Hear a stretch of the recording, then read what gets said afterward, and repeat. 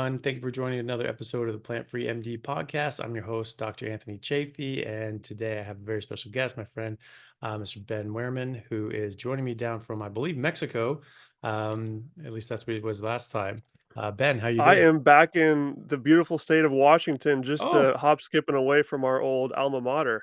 oh, Going back nice. to Mexico tomorrow, though, actually. Oh, very good. Yeah, nice. And you're in Seattle now, or where you at? Yeah, Whidbey Island Oh, is where the perfect. home base is. Yeah, nice. Meth capital of the Northwest. Yeah, South Whidbey, that's a South Whidbey South issue. I'm in Whidbey. the middle. We're good here. Yeah, oh, that's funny. Very good. So Ben, how you doing, man? It's good to see you. I'm doing awesome, Dr. Chafee. I really appreciate you bringing me on so we can have a round two together. I had a blast last time, was Yeah, just me too. listening to it a couple nights ago, going for a walk through town and just thinking, man, it's so awesome that we get to do Mhm. this, just record these Yeah. conversations, put them out on the internet. Anyone can listen to them, download them, and just have it out there for free. Mhm. I love what we do, man. It's awesome. It's too much fun and just having a blast with it. Yeah, awesome. Me too, man. So, for people who haven't come across you before, can you tell us a bit about you and what you do? Absolutely. So I can give just a bit of backstory, I suppose, would be in order. Quickly to speed through my very young life. Pretty standard American diet. I'd call it standard American diet plus. We did our best. My family loved me very much. They always did what they thought was best for me. We had very little super obvious processed crap. We had lots of fruits and vegetables and grains and cereal for breakfast because eggs are bad. And we had chicken for the meat because red meat is bad. I probably had red meat like once a month, but every time it was around, I was scarfing it down. The primal Ben inside of me knew that I needed this meat, so I was always hunting the meat down. It's always been in there. So that took me till about 2022, I would say. This is when things started getting a little more interesting. And I have a unique entryway into the carnivore world that I'm excited to share because I don't believe I've heard anyone on your podcast have a similar story. In one word, it would be Bitcoin or Bitcoiners more specifically. I got very involved in the Bitcoin scene from 2020. And then in 2022, I was in Austin, Texas, where there's a huge Bitcoin mecca. There are lots of meetups. And I'm not sure if you know the Bitcoiner stereotype, but Bitcoin people love meat. There's a lot of carnivore Bitcoiners. And for that reason, there's a small bridge there, but I'm trying to build it bigger. And I'll go more into that later, what I'm doing to do that. But anyway, went to a bunch of these Bitcoin meetups. There's just mountains of meat at all these meetups, and I'm just thinking at that point still like, man, that can't really be good for you. Like I'm seeing all these Bitcoiners just eating, just scarfing down whole plates full of meat, no carbs anywhere to be found, and I still think it's kind of weird at that point.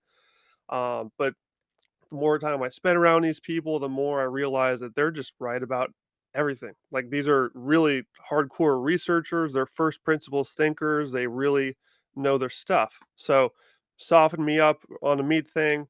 I was always scrolling on social media like every other NPC does on in the morning. I'm going through the social media reels, the Instagram reels, and I start seeing about seed oils being bad. So I think, okay, this is making sense. Maybe engine lubricant isn't great to be in my body. So I cut that out. And the place I lived in Austin, Texas had a pool with beach chairs around it. So I could test this theory that I kept hearing that cutting seed oils makes it so you don't sunburn anymore. Because growing up in the Pacific Northwest, I would burn in like 20 minutes in the very mild sunlight here. My whole life growing up, I always was caking on the sunscreen because I thought it was the best thing to do.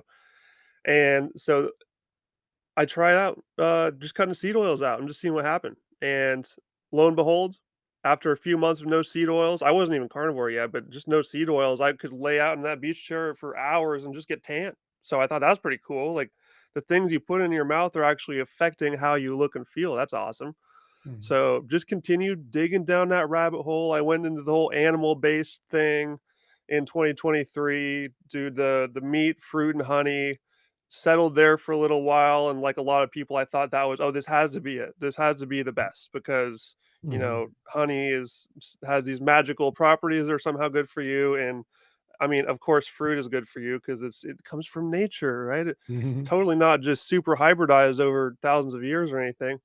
So doing that, And then I find Mr. Anthony Chaffee's podcast, The Plant Free MD.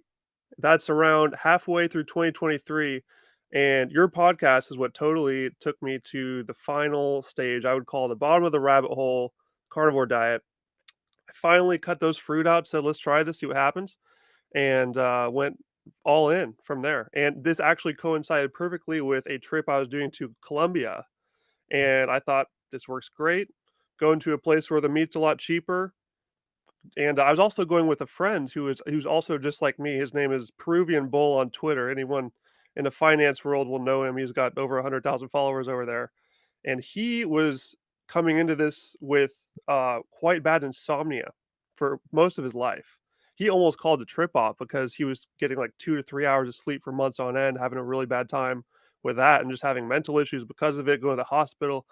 And so I had seen enough at this point to think, bro, this might actually help out with that. This diet may help your brain. It could just be a fat deficiency. So why don't you try this with me? Let's do it together. So we both flew on over to Colombia, moved into our hostel, and just went on a shopping spree. Just packed a mountain full of meat and butter and salt, and just started going for it. And as you can imagine, the hostel life as a carnivore is quite interesting. The people in that environment are pretty much exactly what you'd expect, the sort of lost souls trying to find themselves, doing the best they can, and kinda sounds like vegans because there's a lot of Mhm. them. There's a lot of overlap there. Yeah. So, we would just be cooking these huge mountains of meat every day for dinner, and, these girls and guys from all these different European countries are making their little salads, and they're kinda wondering, "What the heck is these people doing? This is super weird." However, I will say, I've been traveling quite a while. I've been on and off digital nomad since 2018, and I have noticed people's ears are perking up a little bit quicker now than they used to.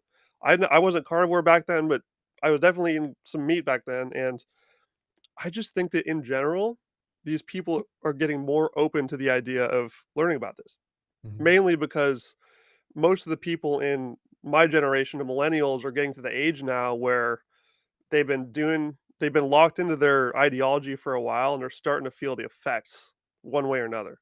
And so you meet a lot of people who are having some health issues once you have those the stereotypical at the hostel with a bunch of cool people you're meeting and hanging out chatting, and of course they ask about the diet, or maybe I forcibly talk about it because I can't stop talking about meat, and we figure out that they actually have some issues that I know just to think for that. I have a podcast for you.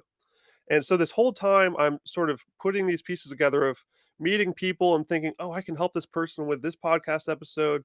Chaffee did a podcast on this. I heard one from Sean Baker on this. And I'm starting to realize I should make a huge compilation website where I can just have a directory of all these different common issues people have, and just make a list of all the good podcast episodes or websites or resources that can help those people get through, get through the barrier of the ideology and figure out that this could be just the key to fixing their issue.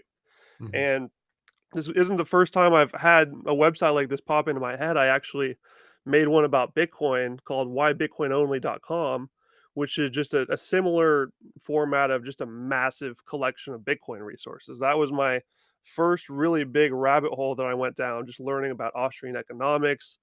I know that you're liking those Thomas Sowell posts on Instagram. I see your little icon there. So Always. he's Yeah. the best. And that whole rabbit hole of just learning how human action works, Keynesian economics, Austrian economics, sound money, the importance of money in the economy, how it trickles down into absolutely everything. And that's something I'd love to talk about here today as well, how Bitcoin is the solution to the money problem, which is super relevant to carnivores. We'll get to that later, but Mhm. yeah, I mean, basically, where am I at this point? 2023, Colombia trip, ate tons of meat, felt amazing. Shattered misconceptions everywhere, just thinking this is crazy. Go back home for the holidays, of course, unload on my poor family, just telling them that I'm only eating meat now. I'm just like filling the kitchen with steak every day, and they're so confused because they're still eating their salads and everything. So I'm trying to, you know, friendly push this onto people, but it's really hard when you just found something amazing and you want to help everybody. I'm definitely like that. I just want to save everyone all the time. It's kind of crazy when you're in that mode. You have to learn how to reel back a little bit. But Mhm. anyway, continued just grinding podcasts. And the more that I just kept hitting a brick wall with my friends and loved ones who weren't keen on this, I learned that it was just frustrating to keep going down that road and not make any progress. I really needed to just focus on building this website.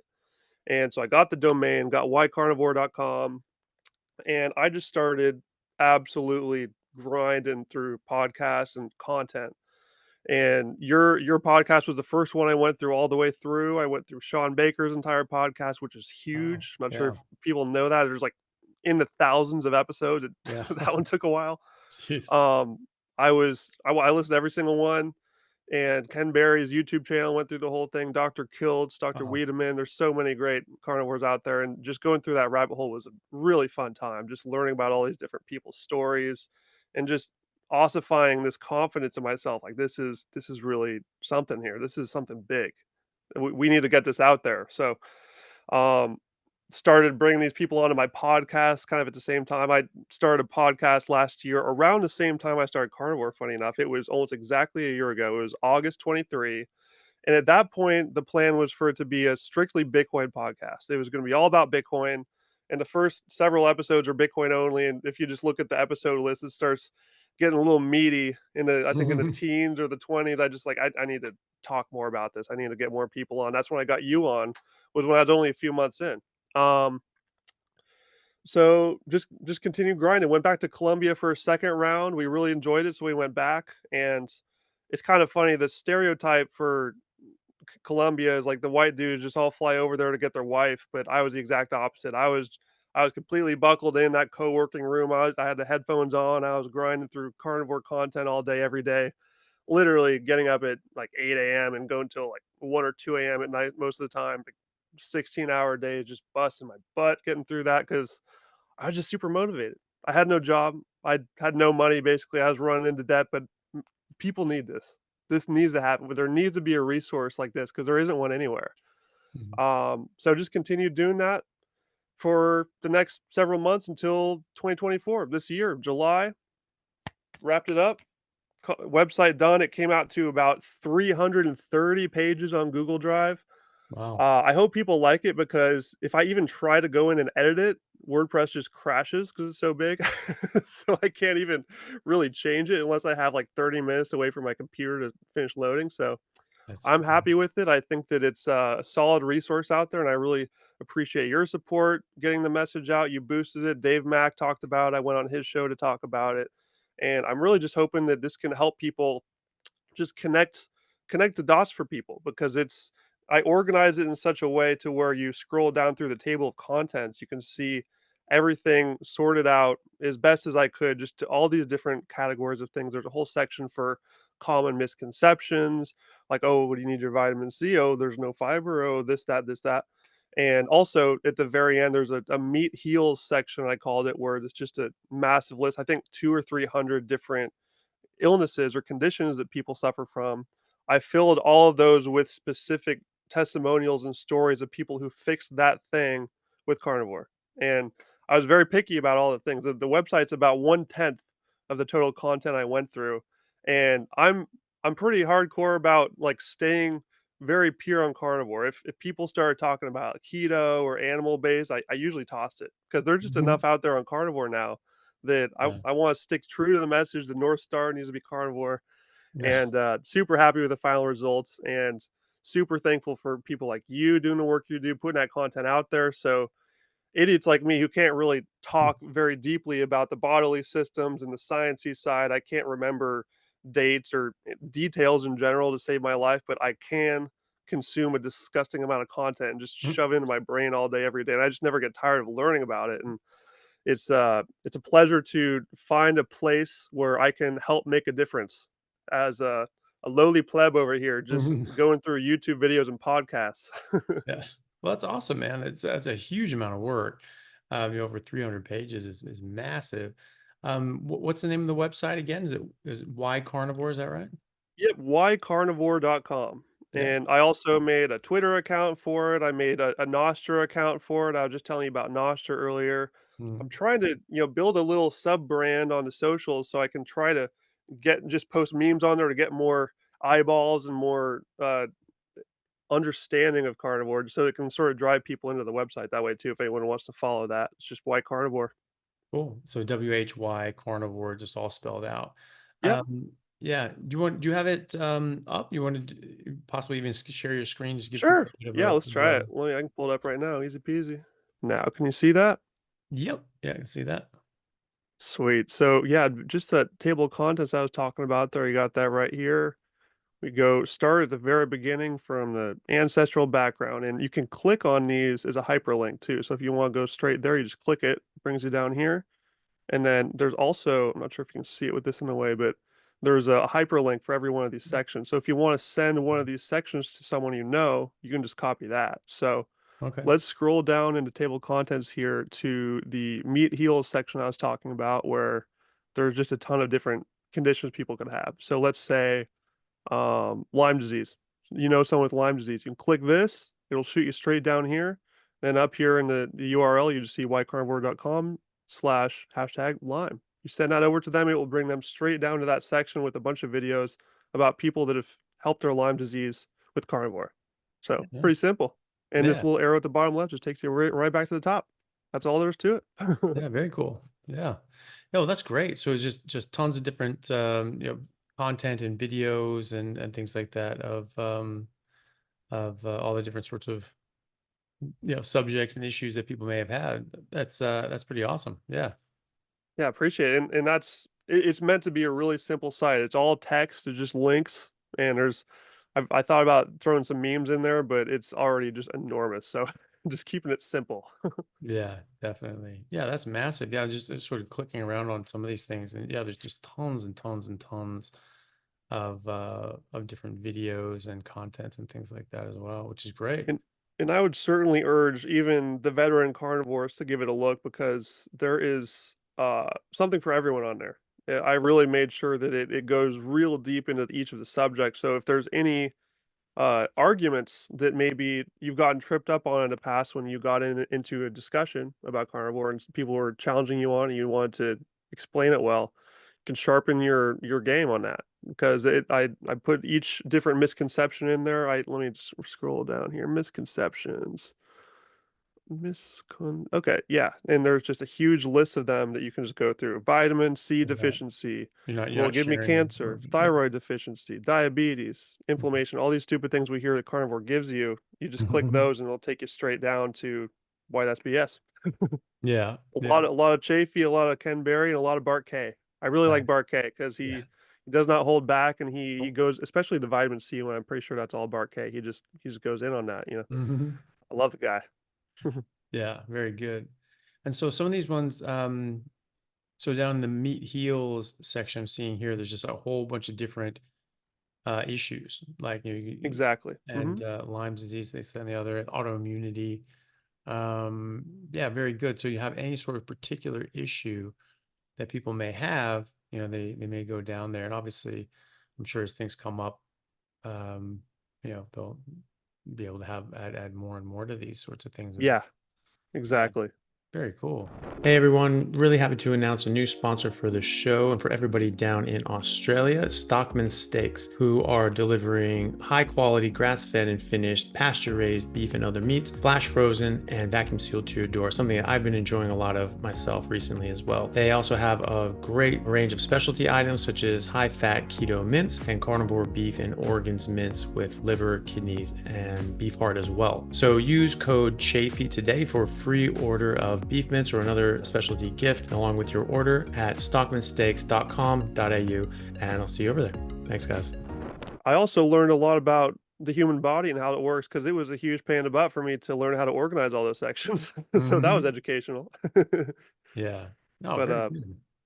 yeah, yeah, Yeah. really happy to have it out there, and it was a labor of love, and I have got nothing but good feedback so far. So I really encourage Yeah. people to just take a look, check it out, see what they like, and yeah, there's a secret section in there even about Bitcoin.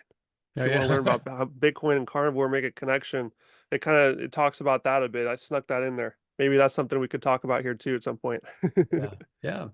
I'm looking at this too. I'm just trying to think, just trying to see all these. Oh, okay, so you can go down there. shuts it out a bit. Well, yeah, I'm just looking at this. This is a massive, massive, massive work, man. I'm like, this scrolls down forever.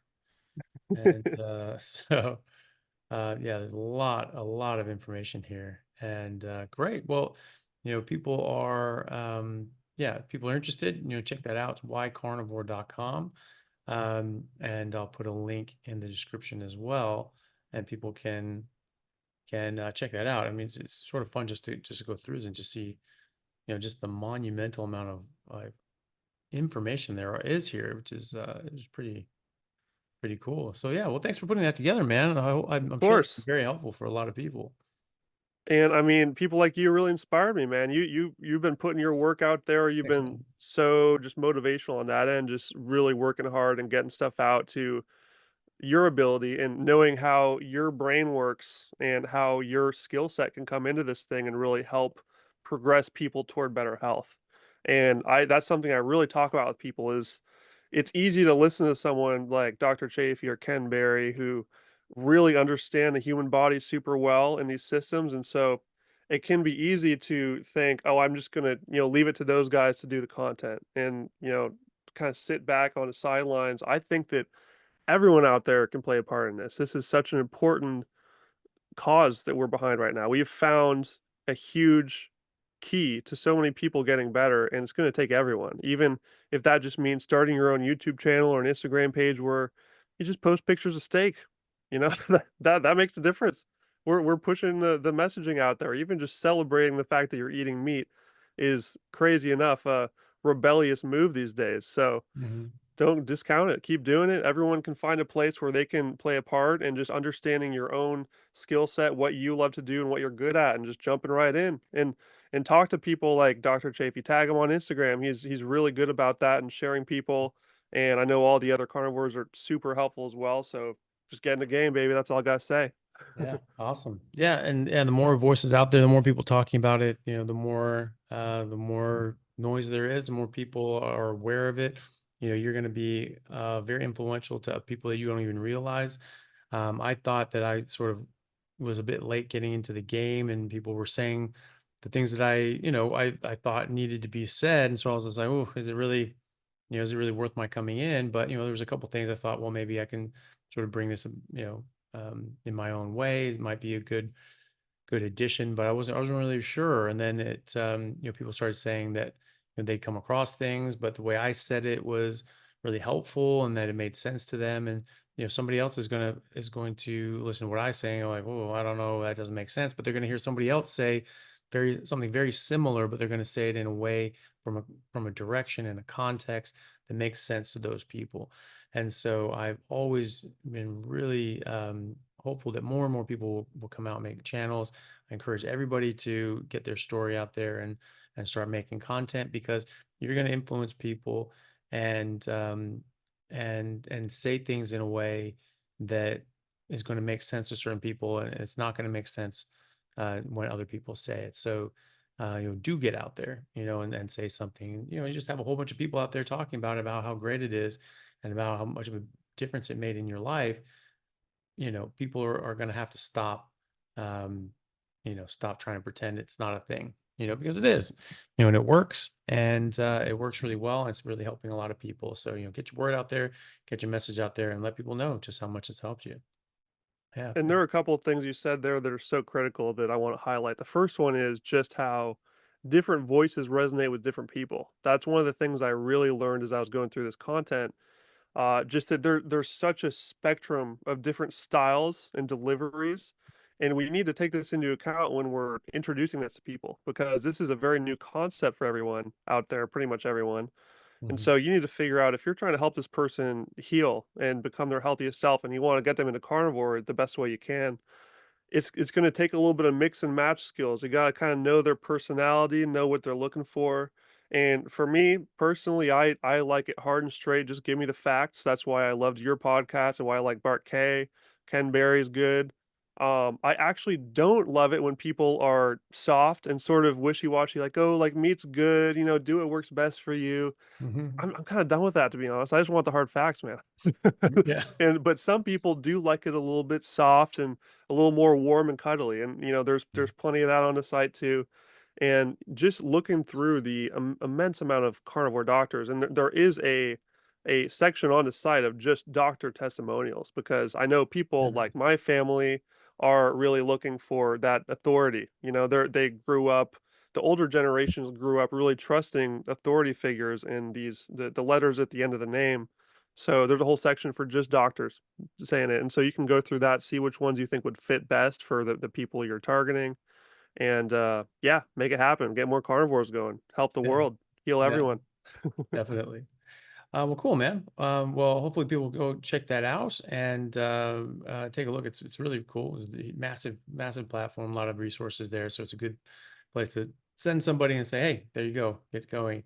Um, and so yeah, so apart from that, you got into this from Bitcoin, which is something that I've seen a lot actually. I've heard a lot of people, come to this from Bitcoin, or people from this go, start thinking about Bitcoin.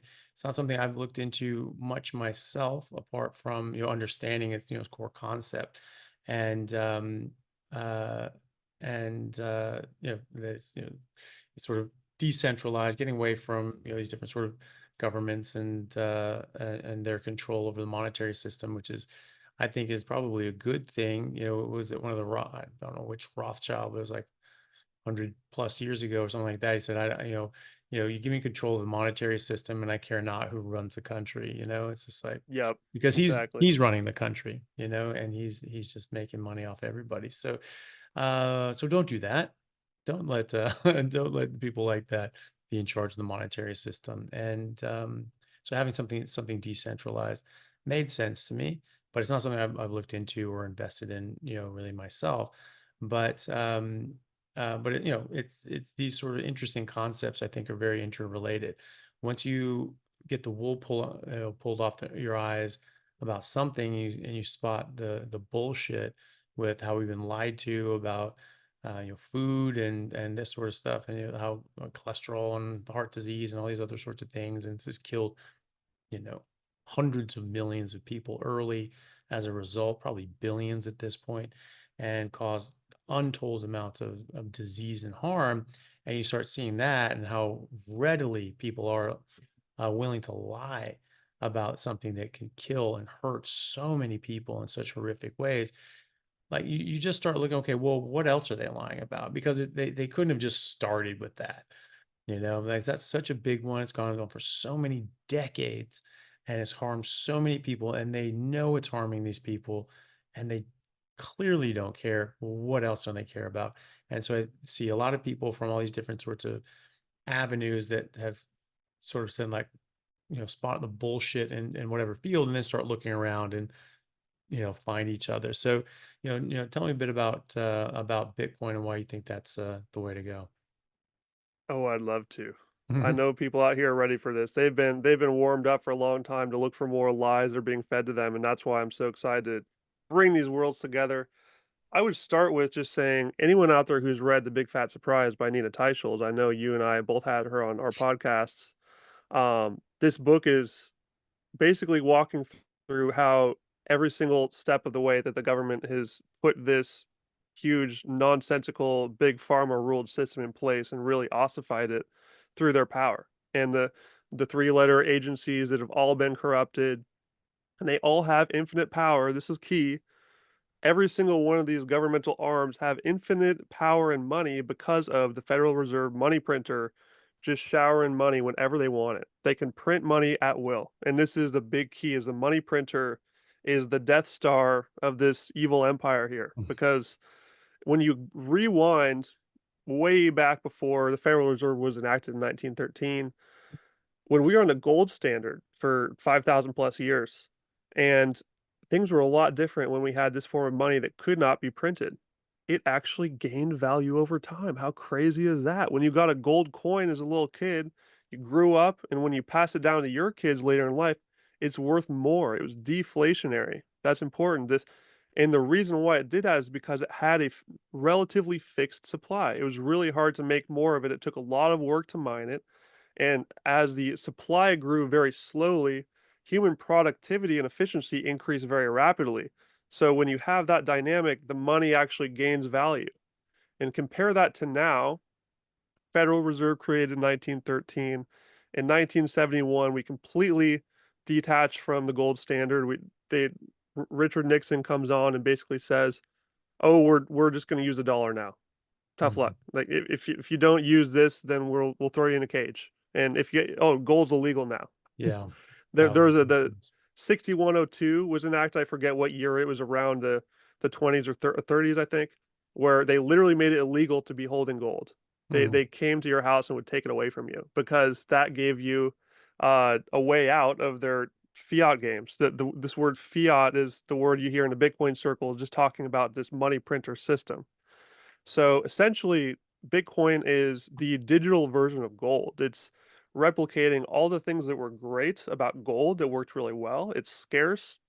There's a fixed supply on it.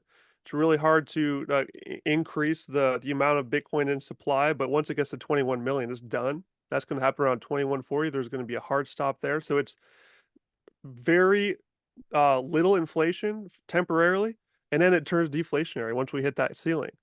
And so, but already the fact that this is coming out now at such a perfect time, when you look at it on a long enough time frame in the last 15 years or however long it's been out exactly, it's just been going up. And people get caught up in the headlines of, oh, it went up this week, it went down this week, it went up this week, it went down this week. I just don't even care about that anymore. And most of the real Bitcoiners don't care about that anymore. It's just noise. We're thinking about this on a long time frame of, this is a new form of money. This is a new global reserve currency. This is going to take, this is like a hundreds of year project, thousands of years. This is made to be money for the digital future, which is like gold lasted for 5,000 years. This one could last for 10,000 years. And it's fixing that problem of the government having complete power over the money. And I've had a lot of people on my podcast to talk about this, and including some farmers and ranchers talking about how Bitcoin has helped these meat producers save their wealth somewhere where it can't be confiscated, can't be taken away from, if the bureaucracy comes down and raids their farm, like we've been seeing happening more often. They can't take your Bitcoin. It's fully anonymous. You can have a secret wallet and not tell anyone. You can just have your own.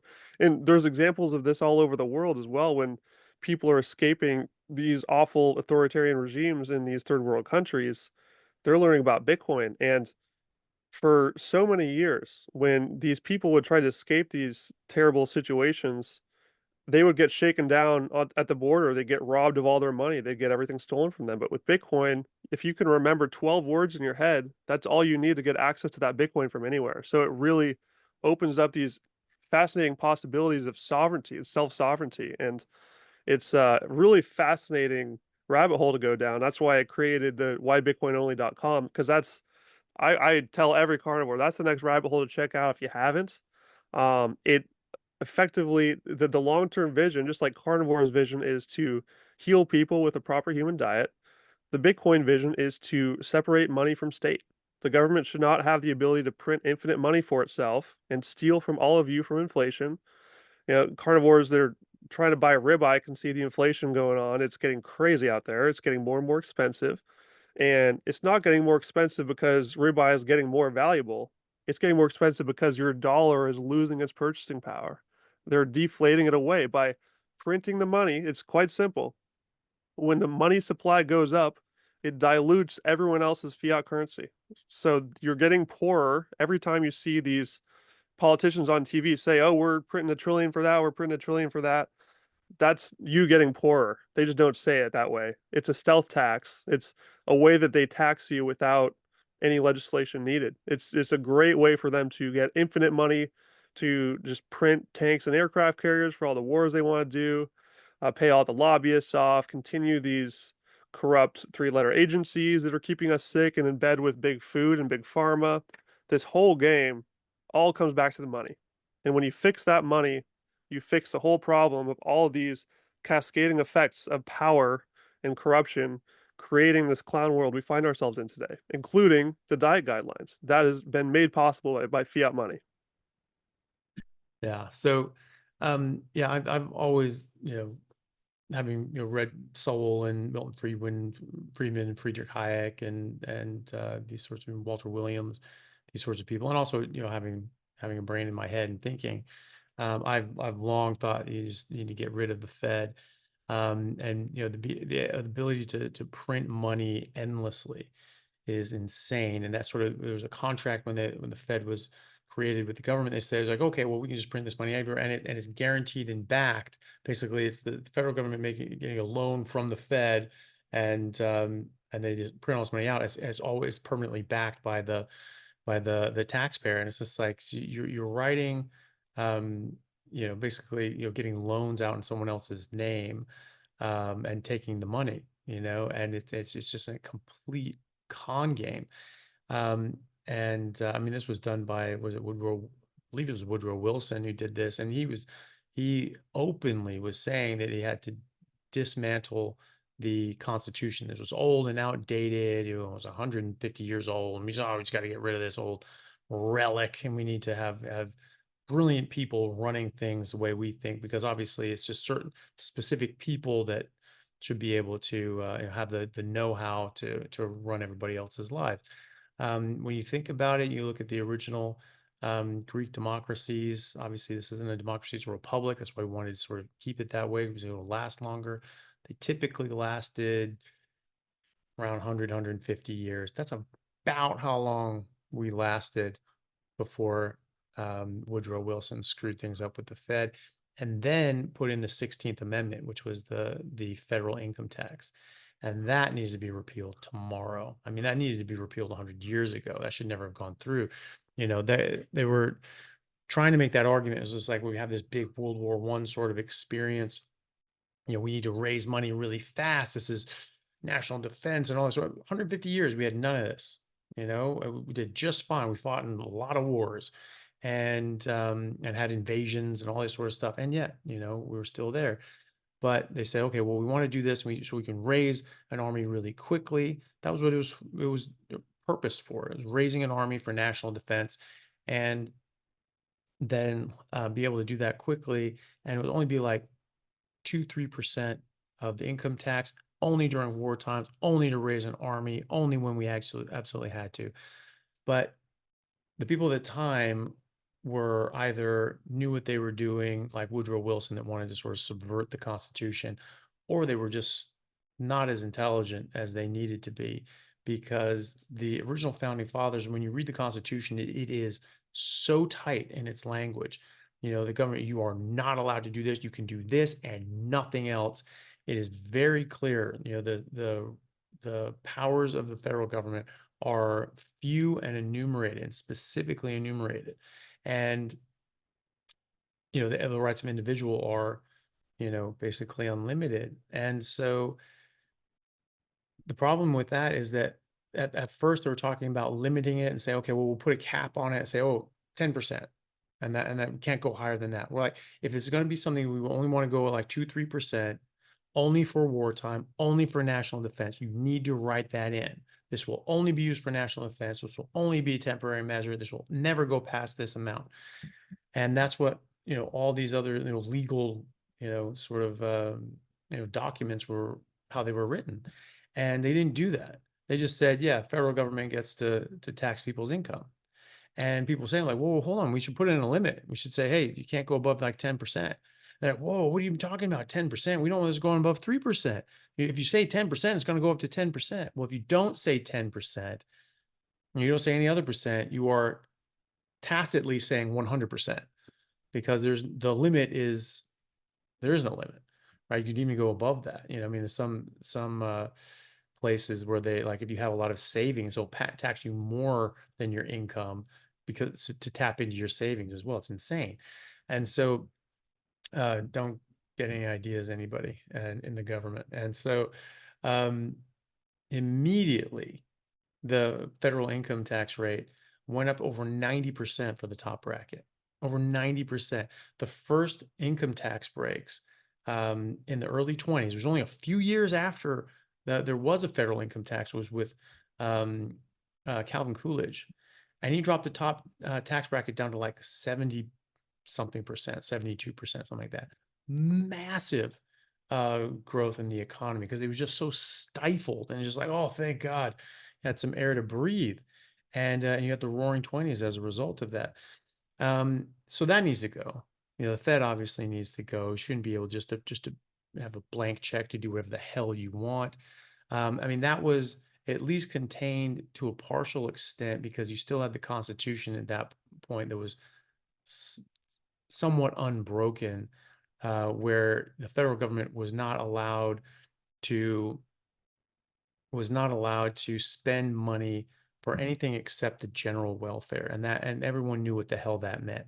That meant national defense, something that would affect everybody. And then FDR came in, threatened to pack the courts, scared one of the Supreme Court judges to flip sides. Instead of FDR losing 4 to 5 decisions in the Supreme Court with all the illegal, unconstitutional things he was doing, now he started winning 5 to 4 because he flipped one of them. And because he scared him, even though the Congress, which was a Democratic Congress at the time, FDR was a Democrat, um, was not about it. Back then, the three branches of government actually worked as they were supposed to, saying like keeping each other in check. And Congress said, hey, you're overstepping your bounds. You're not going to do that. We're not going to let you. And so he said, hey, I want some Senate hearings for new justices. And they're like, we're not going to hear them. We're not going to talk to them. Piss off.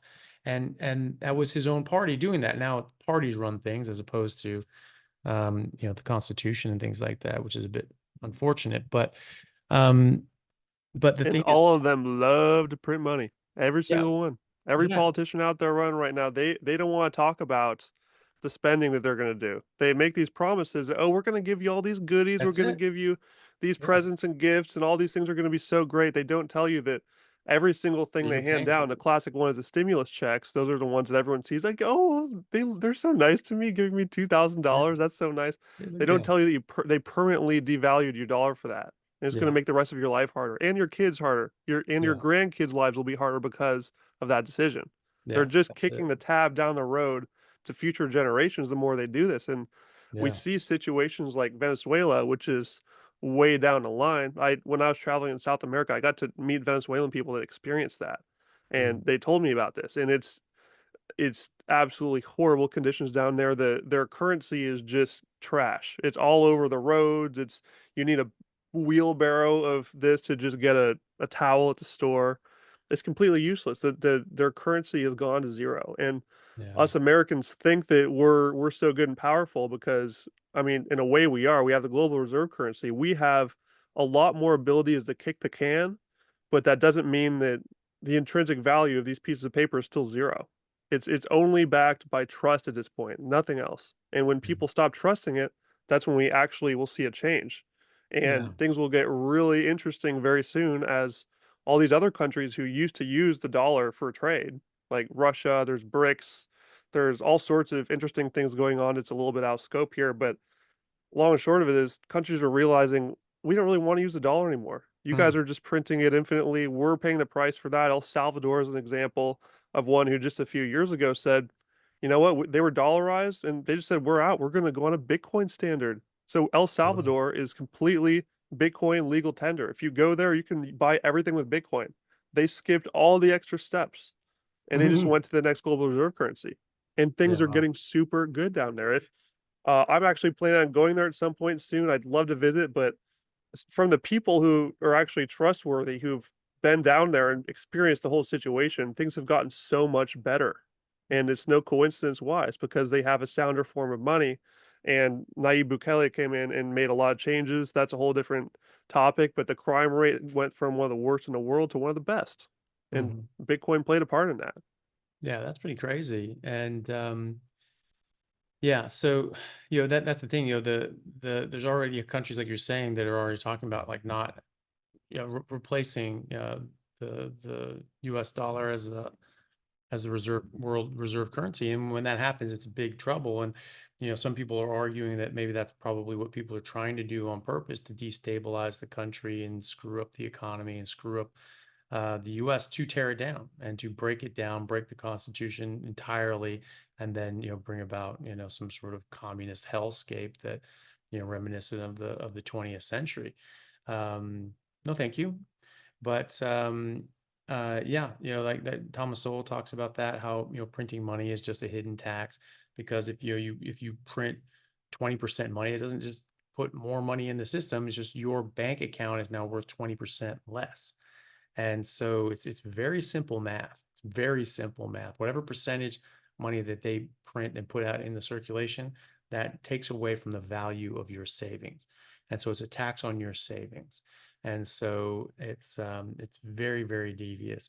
Before they did that, they had to only spend money on the general welfare. But then they said, well, if I give money to Ben, Ben's a good guy. He's going to spend that. He's going to give that to Jennifer, and they're going to buy something, and that's going to go to somebody else. And he has a family. He's going to buy food for his family, and that goes to a farmer.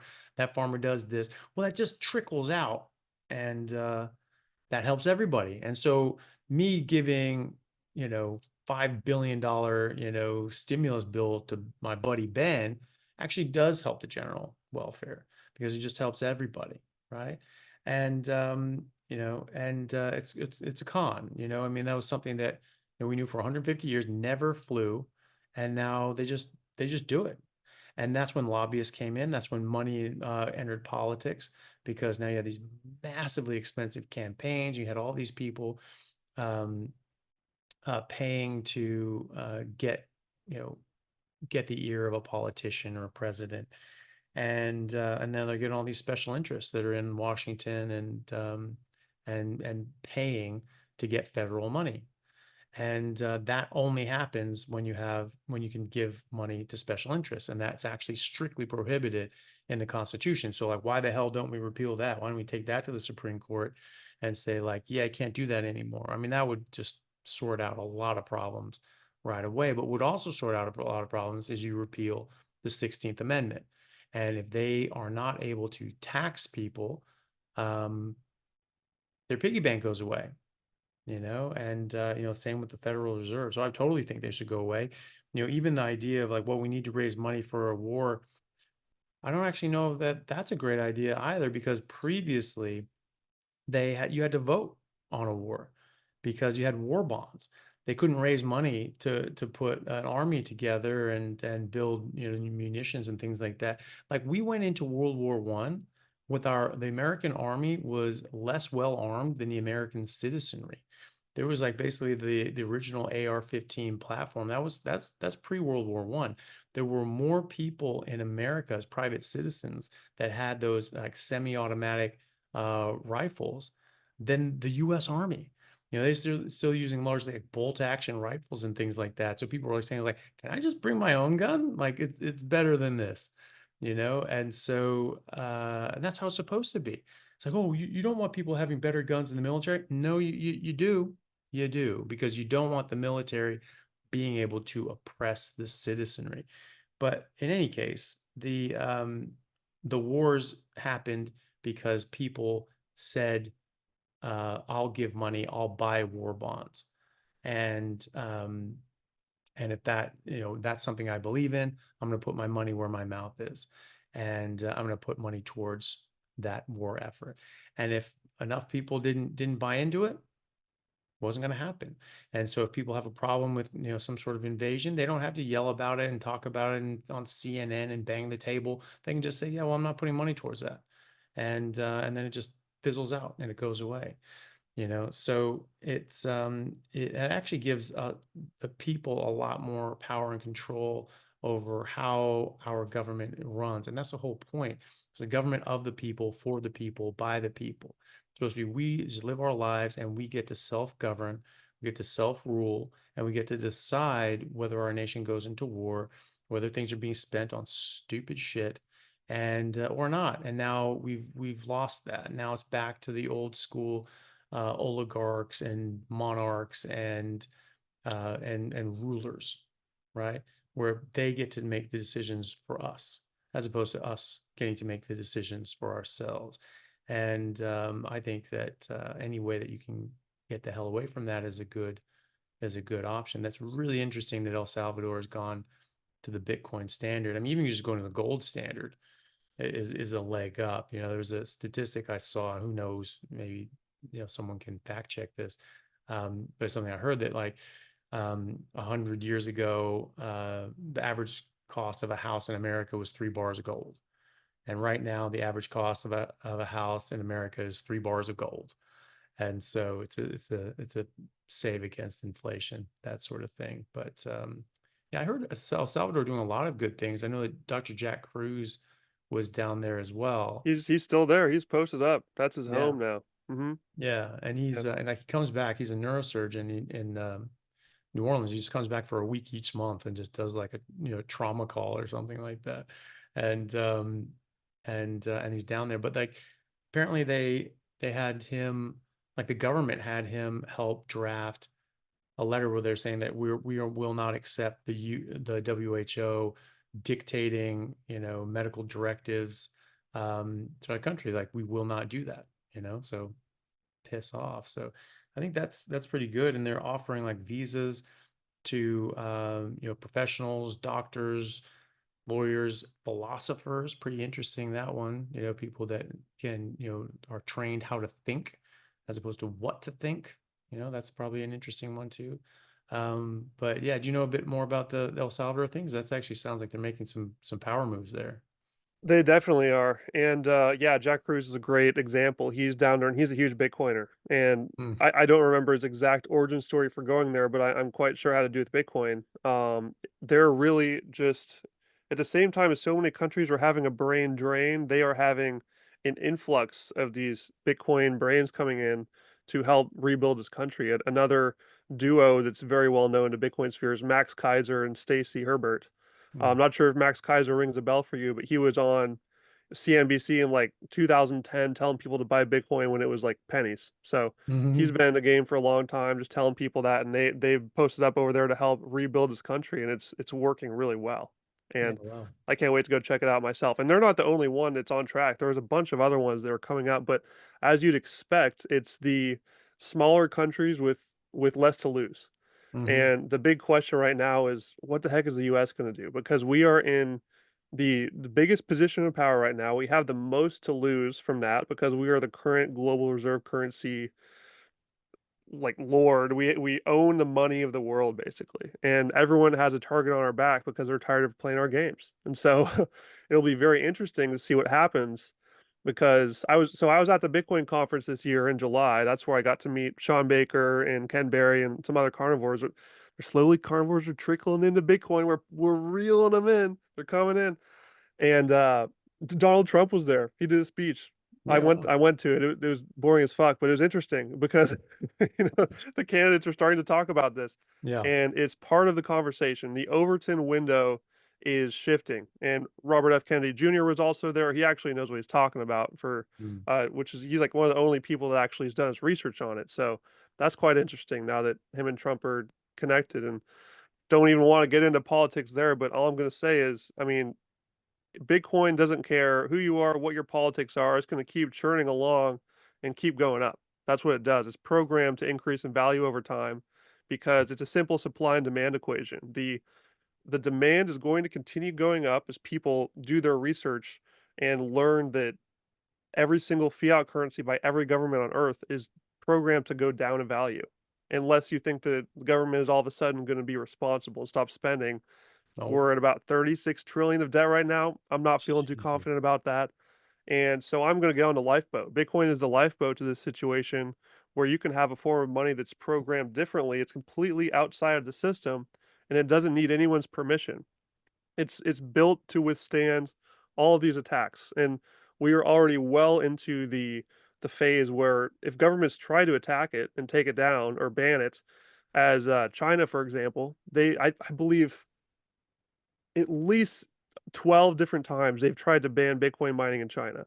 But every single time it just doesn't work because it's a giant whack-a-mole game of trying to stop the people in their country. They just leave the country and go do it somewhere else and they lose all that money and inflow. So they, oh, okay, let's turn the ban off and they all come back. It's the baby's out of the cradle at this point. Like, it's too far gone for any of these governments to stop, even if they wanted to. So it's smarter for them to play along and jump on board. And it'll be very interesting to see what the US does again, because we have the infinite money printer. Like we could Mm. literally print money to buy Bitcoin, and that would just cause all kinds of chaos because, I mean, just don't have zero Bitcoin, guys. That's all I'm gonna say. You don't want to have zero when things start hitting the fan because we're getting to a point where things are getting real hairy. We just had a halving recently. I'm not sure if you understand how the halving works, but Mm. it's basically a programmed part of Bitcoin where every 4 years, the rate at which new Bitcoin is mined gets cut in half. Wow. So it's like an asymptote going up to that 21 million level, and once it gets there, no more Bitcoin is mined. But until then, like slowly increasing supply, very slowly. Um, but it's essentially getting squeezed. So it's just a huge spring right now, and this is why I personally am interested in far more things than just the price. I literally never look at the price. I don't care. I'm buying a little bit every single month, just stacking sats, as we say, just dollar cost averaging, just making sure that I'm getting that accumulation as big as possible for when these things start happening and when the dominoes start falling. Um, and things are just going to naturally happen. And it's a very safe bet to be holding the future and not the present, because the present is fiat monopoly money that is going to continue going down. You're going to keep getting poorer. The work you're doing is going to buy less and less. Everyone's starting to realize this, and this is where that demand part of the supply and demand comes in, is that more and more people are realizing this doesn't make any sense. That why is my rent getting more expensive? Why is it getting more expensive to buy food? I thought this was the richest country in the history of the world. I thought that, as as our efficiency gets better as a race, as we have all these fancy technology is getting better and our communication is getting better and the supply chains are more efficient, how come things aren't getting cheaper? Wouldn't they get cheaper? They're supposed to. Back when we used gold, because the money was not getting debased even faster than human productivity gains. Pretty much the only thing that's getting cheaper right now that's able to outpace inflation is technology, which is why we go to the store and you see the TVs are getting cheaper and cheaper. That's because technology is getting better so fast, it's actually beating inflation, but Mhm. very few things are able to do that. So, it's just going to be more and more things getting more and more expensive. And this all comes down to, well, it brings us back to just mental health, which is something we talk about a lot in the carnivore world. When people are feeling helpless because the work that they're doing in their lives isn't enough to feed themselves or their families, then they're just put in a state of despair. And this is what fiat money does to a population, is when the government is able to steal from people at will, it's going to continue doing that. It's going to be a magnet for the sociopaths who just want more and more power and will play into that corrupt game. And it's not going to stop. And you talked about wars a little bit there. Unfortunately, this is looking like it's going to be an increasingly relevant topic, as turning on the news and looking what's going on all over the world right now. We got Ukraine and Russia, we got Taiwan and China, and who else knows what could be on the horizon. A really simple analogy to look at how war works on different money standards. Back when we were on the gold standard, just think about like the feudal days when you have two kingdoms with a big pot of gold on each side. They have an army and they want to fight each other. One of them wants to take over the other one. So the king has this big pot of gold to pay their soldiers with to go fight. And the two sides basically just keep going as long as they have money left because they need to pay their soldiers. As soon as they ran out of gold, the soldiers wouldn't get paid anymore. They said, "Fuck it, I'm going home. The war is over." And it's finished. It stops. And what Yeah. we have now is infinite money printing war where they never stop. The goal is to continue perpetuating these wars as long as possible, because that's sweet dollar bills for the military industrial complex. That's what they want. They want they continue showering money on both sides of the war so they can profit off of all the death on both sides. And these are just truly sick people. It's a really crazy situation. It's all enabled by fiat money, the ability to print infinite money. And this is why Bitcoin plays a huge part in this conversation. And it's understandable why outsiders think that when we talk about, Bitcoin stops war, like that's too hyperbolic. That's crazy. It doesn't make sense. It's just like just a goofy internet coin, right? It's just like this goofy toy. But no, this is a huge, huge deal. This is like a new form of money being introduced on the market, which is truly free. It cannot be confiscated. It has a hard supply cap and it's fully transparent. And every single 10 minutes, there's a new block so everyone can go audit it. The Federal Reserve has never been audited. There's no transparency whatsoever. But on Bitcoin, anyone can go look at the entire ledger. So it's just a total game changer in so many ways.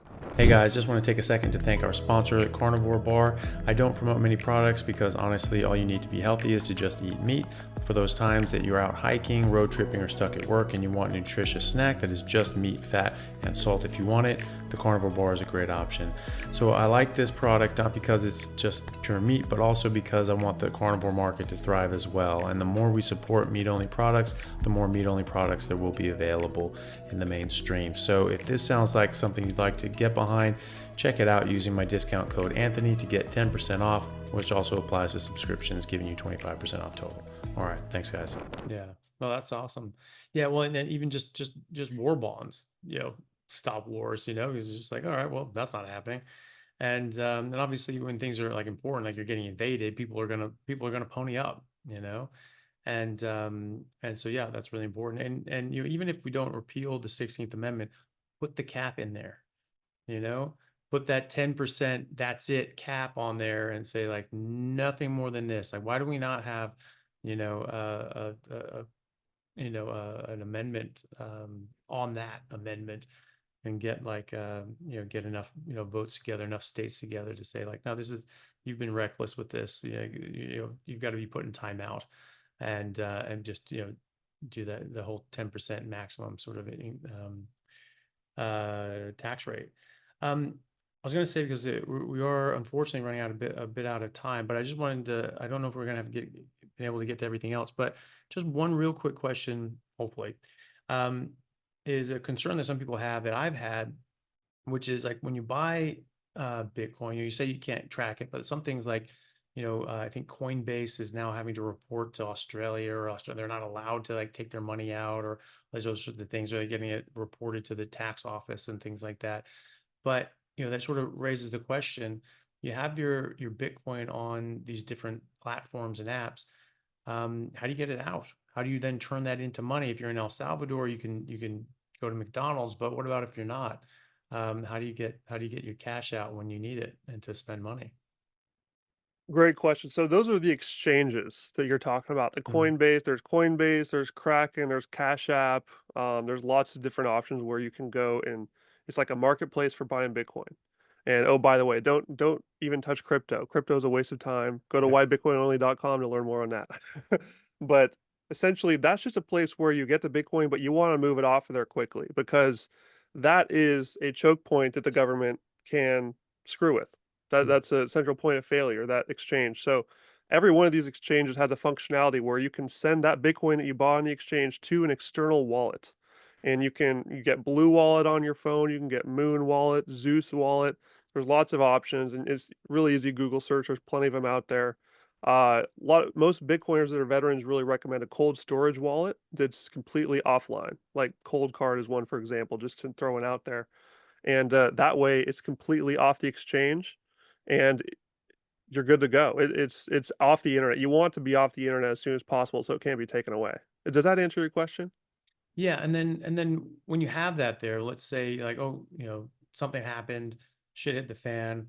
I need to, buy something. How do you get that money out again and turn it into a fiat currency and then use it to exchange? So if you did need to switch it to fiat, this is something I've never done because I'm holding my Bitcoin until the grave, but you would just go back to the exchange or any exchange. It Mm, wouldn't even have to be the same one. It would just be something you'd set up your account with. You would send that Bitcoin back there and do the exchange for fiat. Um, like I said, I'm not expecting to ever do that. I'm using that as my savings account. I'm keeping some fiat on the side for situations where I do need it still in fiat world to pay rent and taxes and all that stuff. But Bitcoin is my savings account. That's not being touched. I'm locking that up for the long term. okay. And so the idea is that you think that long term you're going to be able to use Bitcoin as a current, like you'll be able to have a card and buy and sell things with Bitcoin and have that directly go to your wallet. Is that right? Yeah, so the long-term vision is, I mean, if things go to shit today and everything blows up, I'm just gonna fly down to El Salvador and that's gonna be the spot because you can do everything with Bitcoin there. All you need is your phone and just any of the wallet apps, and you can just scan a QR code to buy things and it takes seconds. Mm, And that's there's a Lightning network, which is a whole different can of worms. Probably don't have time for that, but this is for like the quick payments that you're gonna be using to buy your steak and buy your burger. Um, but in on-chain Bitcoin is the kind that you want to hold for the long term. There's don't mean to throw any extra confusion in there, but one extra thing to add is that there's going to be more and more countries going on to the Bitcoin standard. We are still early to this, so right now it's pretty slim pickings, but you can even find people in your communities in any country. And when I was in Austin, Texas, for example, tons of places accepting Bitcoin. They can just have it on the side.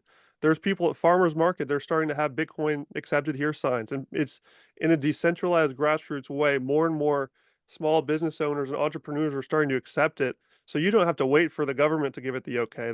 I mean, the point of Bitcoin is that you don't give a fuck what they say. You can just pay peer to peer with people that have a Bitcoin wallet.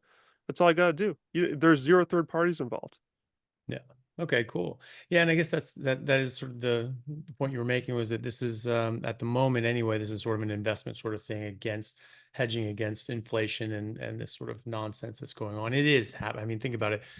20 years ago, the national debt in America was the largest it's ever been. It was $4 trillion, and now it's $36 trillion. I mean, it is And quick, just by the time we get this absolutely podcast out, it'll be another few trillion. I guarantee it. no, It's it off have the to be. rails. Yeah. And so yeah, it's uncontrolled, and and I think that's on purpose. I mean, people have made that point that there are people trying to, you have to destroy the currency and devalue it and just blow out the the debt of the country to the point that it's not salvageable. You can't come back from it, and that will tank the country, and then they'll be able to remake it in their own ghoulish image. Um, but who knows? But either way, it's bad. It doesn't matter why they're doing it. They're doing it, and it's absolutely ravaging the economy and people's lives, and it's going to have huge repercussions as a result. So it's not a bad idea to hedge your bets, or even just buy gold. Like you said, that's a similar sort of idea, and gold can be taken from you. Certainly saw that in Nazi Germany. They're doing that en masse. Bitcoin is a bit more hidden, same sort of concept. But if you're not comfortable with Bitcoin, maybe be comfortable with gold or something like that.